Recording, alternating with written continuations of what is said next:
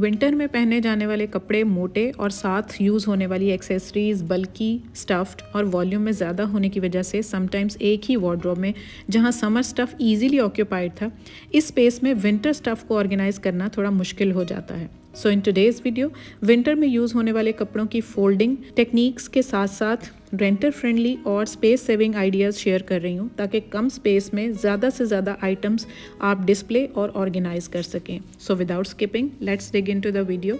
अस्सलाम वालेकुम everybody and welcome back.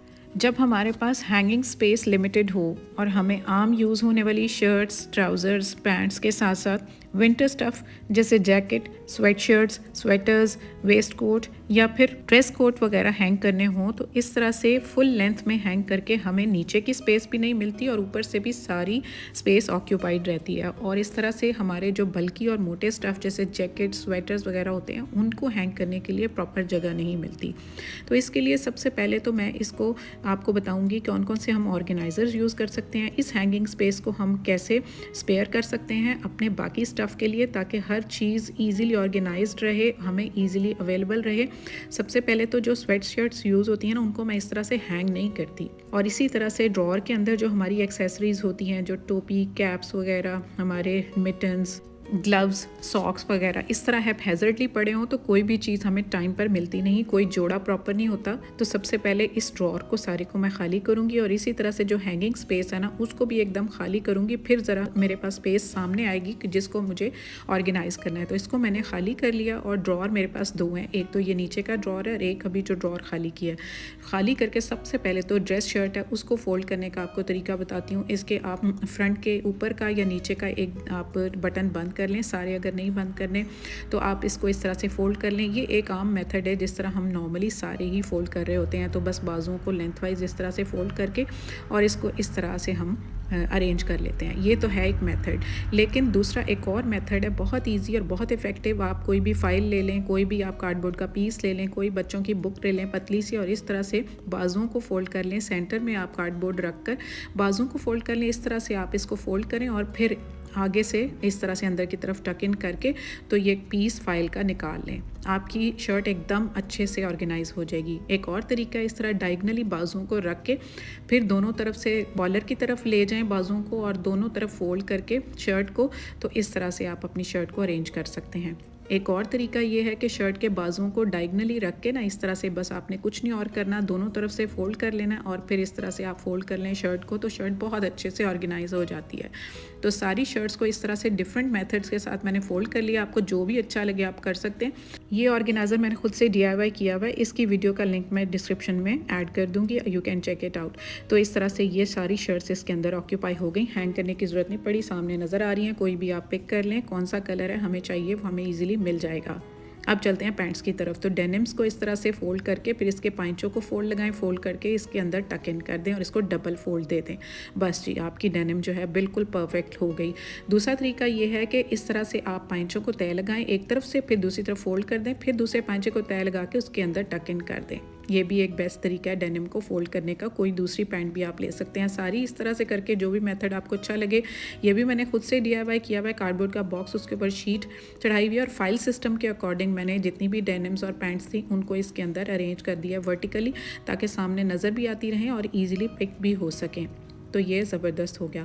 उसके बाद हम अपनी स्वेट शर्ट्स की तरफ आ जाते हैं। अब आप ये देखें, इसको बस आपका देखना ज़्यादा ज़रूरी है किस तरह से मैं फ़ोल्ड करती हूँ। इतना ज़बरदस्त मेथड है ना ये कि आपकी स्वेट शर्ट जो है ना बिल्कुल नहीं हिलेगी, ना उसकी तय ख़राब होगी, ना उस पर रिंकल्स पड़ेंगे, बिल्कुल एकदम ये नीट एंड क्लीन रहेगी। एक तरफ से बाजू टक इन किया, दूसरी तरफ से भी बाजू इस तरह से मैं अंदर की तरफ टक इन कर दूँगी। आप ये देखें बिल्कुल इसकी तय बैठ गई है और ये ज़बरदस्त हो गई। इसके अलावा भी आप कोई भी आइडिया आप पिक कर लें। ये एक और स्वेट शर्ट है, इसके बाजुओं को मैंने इस तरह से अरेंज कर लिया जैसे हम नॉर्मली करते हैं, फिर इसको अरेंज करें और इस तरह से इसको तय लगा लें। ये तो एक नॉर्मल आइडिया है।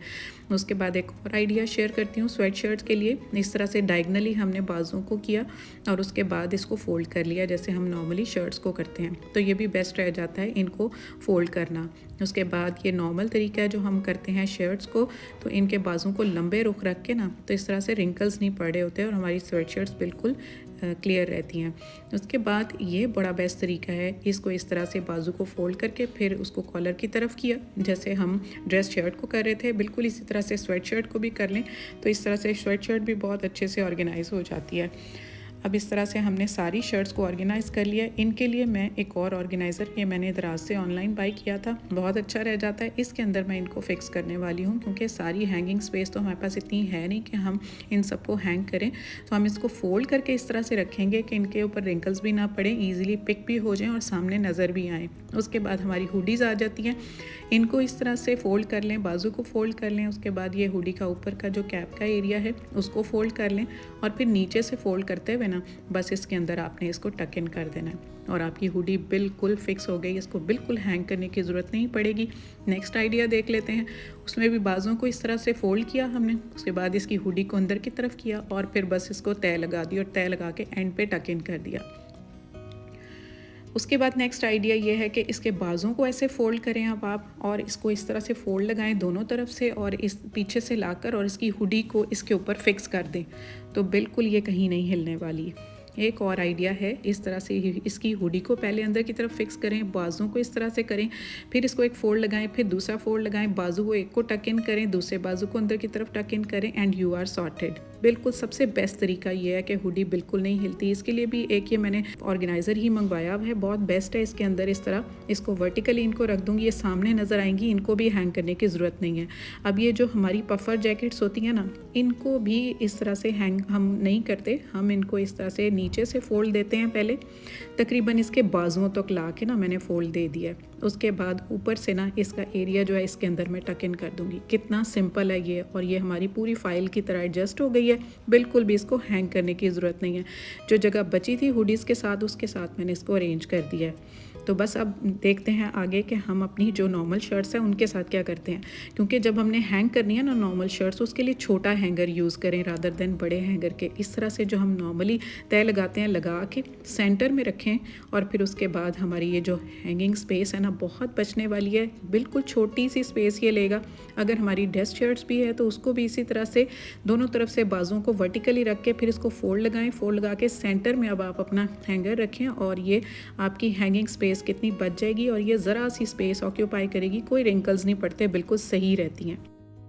अब हम छोटी छोटी एक्सेसरीज़ की तरफ चलते हैं, लाइक सॉक्स। तो उनको हमारी जो अम्मियाँ ज़्यादातर इस तरह से नॉट लगा दिया करती थी ना, ताकि एक सॉक ना घूमे, तो इस तरह से क्या होता था, रिंकल्स पड़ जाते थे था। तो ये बेस्ट तरीका के सॉक्स घूमती नहीं थी, लेकिन जब हम खोलते थे तो इस तरह से रिंकल्स पड़े होते थे। लेकिन अब जो है ना ज़माना थोड़ा सा जदीद हो गया, हम और तरह से इसको कर लेते हैं। एक तो इसको फोल्ड कर लेना ताकि इसके रिंकल्स ना पड़े, ये तो पुराना मेथड है। दूसरा ये था कि वो इसके एक सॉक्स के अंदर दूसरी टक इन कर दिया करती थी, तो तब भी ये बची रहती थी। लेकिन हम ऐसे करते हैं, ये देखें, इसके ऊपर रख कर दूसरी को फिर हम फोल्ड लगाते हैं, एंड पर जाकर उसके सिरे को पकड़ कर उसके ऊपर हम फिक्स कर देते हैं। तो देखें बिल्कुल फिक्स हो गई, छोटी सी स्पेस ली है, कोई गुमने का ख़तरा नहीं है और बिल्कुल अरेंज हो गई हैं, कोई रिंकल्स भी नहीं पड़ेंगे जब हम खोलेंगे। दूसरा तरीका है कि एक दूसरे के राइट एंगल फॉर्म में हम रख दें और उसके बाद दूसरे को पकड़ें और इसके अंदर इसको टक इन कर दें और उसको बिल्कुल फिक्स कर दें। अब आप बताएं कितनी छोटी सी स्पेस इसने ली है और घूमने का तो चांस ख़त्म हो गया। नेक्स्ट है कि इसकी हील्स को इस तरह से फिक्स करें, उसके बाद एक दूसरे के ऊपर रखें और एक तरफ से पकड़कर इसको फोल्ड लगाएं, फिर दूसरे को पकड़कर फोल्ड लगाएं और एंड पर इसको टक कर दें। बस ये हमारा थर्ड तरीका हो गया था। जो नए तरीके हैं, पुराने तरीके तो हम बहुत देर से फॉलो करते आ ही रहे हैं। तो इस तरह से अरेंज हो गई। एक और तरीका, छोटी हो ना तो बस इस तरह से चारों तरफ प्लस का साइन जो है ना उसको अंदर की तरफ टक कर दें। ये जो हमारी स्टॉकिंग्स होती है ना बच्चों की लंबी वाली, सर्दियों में पहनने वाली, इनको भी इसी मेथड के साथ, बस इसके फोल्ड ज़्यादा लगेंगे, प्लस के साइन की तरफ लाते हुए फिर उसके बाद एक तरफ से फिर दूसरी तरफ से इसको हम फोल्ड करके एंड पर इस तरह से हम इसको इसके अंदर फिक्स कर देंगे। तो बस ये देखें एक गद्दी सी बन गई। कोई कह नहीं सकता इतनी बड़ी स्टॉकिंग्स थी कितनी छोटी जगह पर आ जाएंगी। सारी मैंने अरेंज कर ली हैं। इनके लिए भी ये ऑर्गेनाइज़र ऑनलाइन अब ईजीली अवेलेबल है, बहुत ही कम रेट्स पर। वैसे जो ग्लास घर में आते हैं ना शीशे के, उनके भी जो बॉक्सेस होते हैं ना खाली, आप उनको भी यूज़ कर सकते हैं अपनी सॉक्स को ऑर्गेनाइज़ करने के लिए। ये बहुत देर से पड़ा हुआ है, इसको मैं वॉश भी कर लेती हूँ। ये कंपार्टमेंट्स तकरीबन 24 हैं। आप बताएं इसके अंदर आप अपनी सॉक्स के अलावा कुछ और भी चाहें तो रख सकते हैं। सारी सॉक्स अरेंज हो गई, 3 कंपार्टमेंट्स बच गए। उनके अंदर ना मैं अपने बच्चों के जो अंडरवेयर्स हैं ना इस तरह से फोल्ड लगा कर ना, छोटा फोल्ड करके, ताकि इनको रिंकल्स भी ना पड़े, अरेंज रहें। बस इनको इस तरह से वर्टिकली फोल्ड लगाया, फिर उसको दोबारा से फोल्ड लगा लिया। तो बस ये छोटी सी साइज़ में हो जाती हैं। अब ये अंडरवेयर्स के लिए भी जगह ऑलरेडी हमारे सॉक्स वाले ऑर्गेनाइज़र में है, तो इसको मैं उसके अंदर आराम से फ़िक्स कर दूँगी। और भी बहुत सारी चीज़ें आ सकती हैं, लाइक आपकी जो पतली वाली सॉक्स हैं एक कंपार्टमेंट में दो कर दें तो आपके और ज़्यादा आपको सेक्शंस मिल जाएंगे, आगे चलकर बताती हूँ। अब जो बच्चों की वेस्ट होती है उसको भी इस तरह से पहले गले की साइड से फ़ोल्ड किया, फिर इसको लेंथ वाइज फ़ोल्ड किया, फिर इसको छोटे फ़ोल्ड्स लगा दिए। बस इसको गोल घुमा कर ना इसको छोटे साइज़ में कर लेना। जितने छोटे साइज़ में होंगी ना चीज़ें उतने ही ज़्यादा कम जगह में आ रही होंगी। तो बस वेस्ट को इसी तरीके से मैं ऑर्गेनाइज़ कर लेती हूँ। सारी ऑर्गेनाइज़ कर ली और उनके लिए एक छोटा सा ये मैंने मिनीसो से लिया हुआ है, स्ट्रेचेबल है, किसी भी शेप में आ जाता है, वॉश भी बहुत अच्छे से हो जाता है। तो इसके अंदर मैं इनको इस तरह से प्लेस कर लेती हूँ। तो ये सारी वेस्ट भी इसके अंदर इजीली आ जाती हैं, सामने नज़र आती हैं, बच्चों की आवाज़ें भी नहीं लगती कौन सी चीज़ कहाँ पड़ी है। उसके बाद ये जो मफलर्स होते हैं ना, इनको भी अरेंज करना बड़ा काम होता है। अगर एक ही हैंगर में डाल के मैं रख दूँ तो एक दूसरे के ऊपर ओवरलैप होने की वजह से नज़र नहीं आते। तो सिंपल तरीका ये है कि इस तरह लेंथ वाइज फ़ोल्ड कर लें, उसके बाद दोबारा इसको फ़ोल्ड करके और बस गोल घुमा दें। बस जी, इसने छोटी सी जगह ऑक्यूपाई करनी है।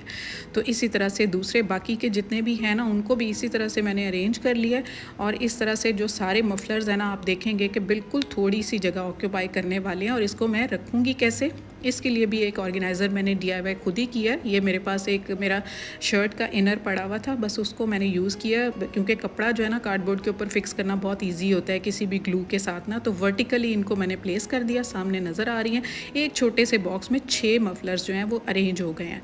तो उसके बाद जो जितनी बच्चों की मोटी कैप्स हैं उनको भी रखना, क्योंकि ये इतनी जगह घेर रही होती हैं। बस इनको भी इस तरह से फ़ोल्ड लगाया, बस फ़ोल्ड लगाने से इनकी जगह बिल्कुल छोटी सी हो जाएगी। ये जो निटेड्स होती हैं ना कैप्स, इनको इस तरह से बस एक टक कर दिया तो ये खुलेंगी भी नहीं और आराम से अरेंज भी हो जाएंगी। तो इन सबको भी इसी तरह से अरेंज करके इनके लिए भी मैंने एक ऑर्गेनाइज़र फ़िक्स किया हुआ है। ये भी मिनीसो से ही लिया हुआ है, बहुत अच्छा। खोल लें, बेशक आप इसको वॉश कर लें, स्ट्रेच कर लें, जैसे मर्ज़ी आप इसके अंदर चीज़ अरेंज कर लें तो अपनी जगह खुद बना लेती है। ये जो ईयर कवर्स हैं इनके लिए भी ये इनमें जगह बन गई, इनको मैंने इनके अंदर फ़िक्स कर दिया। उसके बाद जो ग्लव्स होते हैं ना बच्चों के, उनको हम फ़ोल्ड तो नहीं कर सकते। हाँ, उनकी ये जो वेलक्रो टेप लगी होती है ना, एक के अंदर दूसरे को बस टक करके और फिक्स कर दिया। अब ये कहीं भी दूसरा नहीं घूमने वाला और ये अरेंज हो गया। इसके लिए भी एक छोटा सा एक ऑर्गेनाइज़र बड़ा प्यारा मेरे पास पड़ा हुआ था। तो नमाज वाली टोपियाँ भी, हैंकीज़ भी, सारा कुछ ही फ़ोल्ड करके इनके अंदर आ गया। आप ये देखें कि अलग अलग रखें तो कितनी जगह ऑक्यूपाई करेंगे। उसके बाद जो अज़ारबंस हैं हमारे, उनको भी ना ये तो एक तो घूमते बहुत हैं, और अगर उनको इस तरह से गोल गोल करके रख लिया जाए और ये जो यूज़्ड हुए होते हैं ना, इनको इस तरह से हाथों पर इस तरह लपेट कर और एक नॉट सी लगा दी जाए ना हल्की सी, तो देखें जगह छोटी सी। और उसी सॉक्स वाले ऑर्गेनाइज़र में एक एक सॉक्स को मैंने दो को एक सेक्शन में कर दिया जो छोटी थी। और अब चलते हैं हम असेंबलिंग की तरफ। तो बस सबसे पहले तो ड्रॉअर को साफ़ कर लें। उसके बाद कोई भी आपके पास शीट है ना, कोई पेपर है, कोई अखबार है, न्यूज़पेपर है, किसी किस्म का भी कोई भी आपके पास पेपर है। ये मेरे पास फ्यूजिंग पड़ी थी, उसको मैंने काट लिया। और ये जो डबल टेप है इसके चारों कॉर्नर्स के ऊपर मैं फ़िक्स करने वाली हूँ, क्योंकि जब हम कोई भी लाइनर रखते हैं ना तो कोई चीज़ ड्रैग करनी होती है, ऑर्गेनाइज़र इन पर रखने होते हैं, तो वो जब हम ड्रैग करें तो ये खिसक ना जाएँ, उसके लिए फिर इनको फ़िक्स करना ज़रूरी होता है। तो डबल टेप बहुत अच्छी रह जाती है, दोबारा से भी उतारने हों तो डबल टेप को उतारना इतना मुश्किल नहीं होता। तो बस चारों कॉर्नर्स पर लगाकर तो लाइनिंग्स को मैंने इस तरह से फ़िक्स कर लिया है। अब हमारे पास जगह मिल गई है। सबसे पहले हम हैंगिंग स्पेस को यूज़ करते हैं। तो ये जो मैंने शर्ट्स आपको हैंग करनी बताई थी, एक तरफ ड्रेस शर्ट्स लगा दी, दूसरी तरफ मैंने जो नॉर्मल यूज़ होने वाली टी-शर्ट्स हैं वो लगा दी, ताकि सेग्रीगेटेड भी रहें। और सेंटर में इस तरह से ना जो जगह बचेगी उसके अंदर मैं बच्चों की पैंट्स जो हैंग करने वाली है ना, जो कहीं जाने आने के लिए यूज़ होती हैं, वो मैं एक एज अ सेपरेशन भी यूज़ कर देती हूँ, ताकि एक तरफ जो शर्ट्स हैं दूसरी तरफ की शर्ट्स में मर्ज ना हो जाएं। और सेंटर नीचे वाली जो जगह है उसको इस तरह से अब हम ऑर्गेनाइज़ करते हैं। सबसे पहले ये जो हुडीज़ वाला बॉक्स था उसको मैंने रख दिया। उसके बाद ये देखें ड्रैग करना भी ईजी है ना, तो नीचे से लाइनिंग भी नहीं हिल रही। फिर ये मफलर्स वाला सेक्शन, क्योंकि ये कम यूज़ होते हैं, इनको हम पीछे रख दें। उसके बाद आगे ये जो शर्ट्स नॉर्मली यूज़ होनी है बच्चों की डेली, उसके ऑर्गेनाइज़र को मैंने प्लेस कर दिया। अब हम ड्रॉअर की तरफ चलते हैं। सबसे पहले उसको भी साफ़ करके उसको भी इसी तरह से लाइन कर लिया मैंने। फिर ये जितनी डेनिम्स मैंने रखी थी फाइल सिस्टम के अकॉर्डिंग ऑर्गेनाइज़र में वो रख दी। फिर जितने स्वेट शर्ट्स मैंने इनकी फ़ोल्ड करके रखी थी वो रख दी। तो अब ये ऑर्गेनाइज़र समेत हमारा ड्रॉअर जो है, ये देखें इसने कितनी चीज़ें ऑक्यूपाई कर ली अपने अंदर। ये टाइज़ और बेल्ट्स वाले ऑर्गेनाइज़र मैं ऑलरेडी आपको मेंस वार्डरोब ऑर्गेनाइजेशन वाली वीडियो में बता चुकी हूँ। ये मैं आपको ऑनलाइन इसका लिंक भी प्रोवाइड कर चुकी हूँ, आप वो वीडियो चेकआउट कर सकते हैं। तो बस इनको इस तरह से अरेंज कर दिया मैंने और ये वाला सेक्शन मेरा बिल्कुल अरेंज हो गया।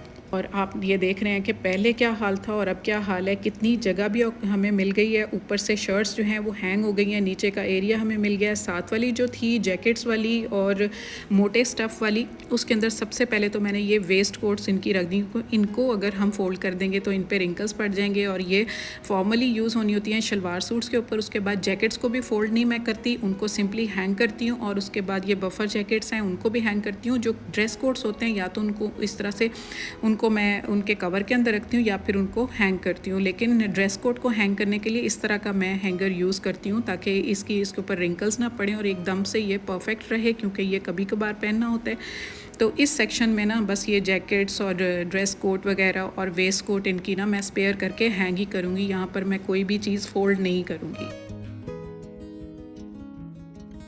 तो ये थी सारी ऑर्गेनाइजेशन। इतना सारा स्टफ़ था कि पूरा मेरा लाउंज भरा हुआ था, लेकिन जब मैंने इसको समेटा तो एक सेकंड में सारा कुछ सिमट गया। उसके बाद जो छोटी छोटी एक्सेसरीज़ हैं उनके लिए भी ड्रॉर को साफ़ कर लेते हैं, फिर लाइन कर लेते हैं और उसके बाद इनको बस हम असेंबल कर लेंगे। पहले सॉक्स वाले को, उसके बाद ये जो हैंड ग्लव्स का था, फिर हमारी कैप्स भी आ गई और उसके बाद वेस्ट भी जितनी थी बच्चों की वो अरेंज हो गई। तो अब ये देखें, इसमें से किसी को कोई मुश्किल नहीं होगी कि क्या चाहिए क्या नहीं, आराम से नज़र आ रहा है सब कुछ। और इतनी सारी चीज़ें ऑर्गेनाइज़र्स की वजह से और हैंगर्स की वजह से सिमट गई। तो जी ये था मेरा मेथड अपने विंटर स्टफ़ को ऑर्गेनाइज़ करने का। हम जो विमेन होती हैं ना, हम खाली विमेन नहीं, हम सुपर विमेन होती हैं। हम किसी भी इम्पॉसिबल चीज़ को पॉसिबल बनाने में बहुत अहम रोल प्ले करती हैं। So this was all about today's video. If you like my content, then do like and share this video and subscribe Romania ATF. Take good care of yourself. Allah Hafiz and bye bye.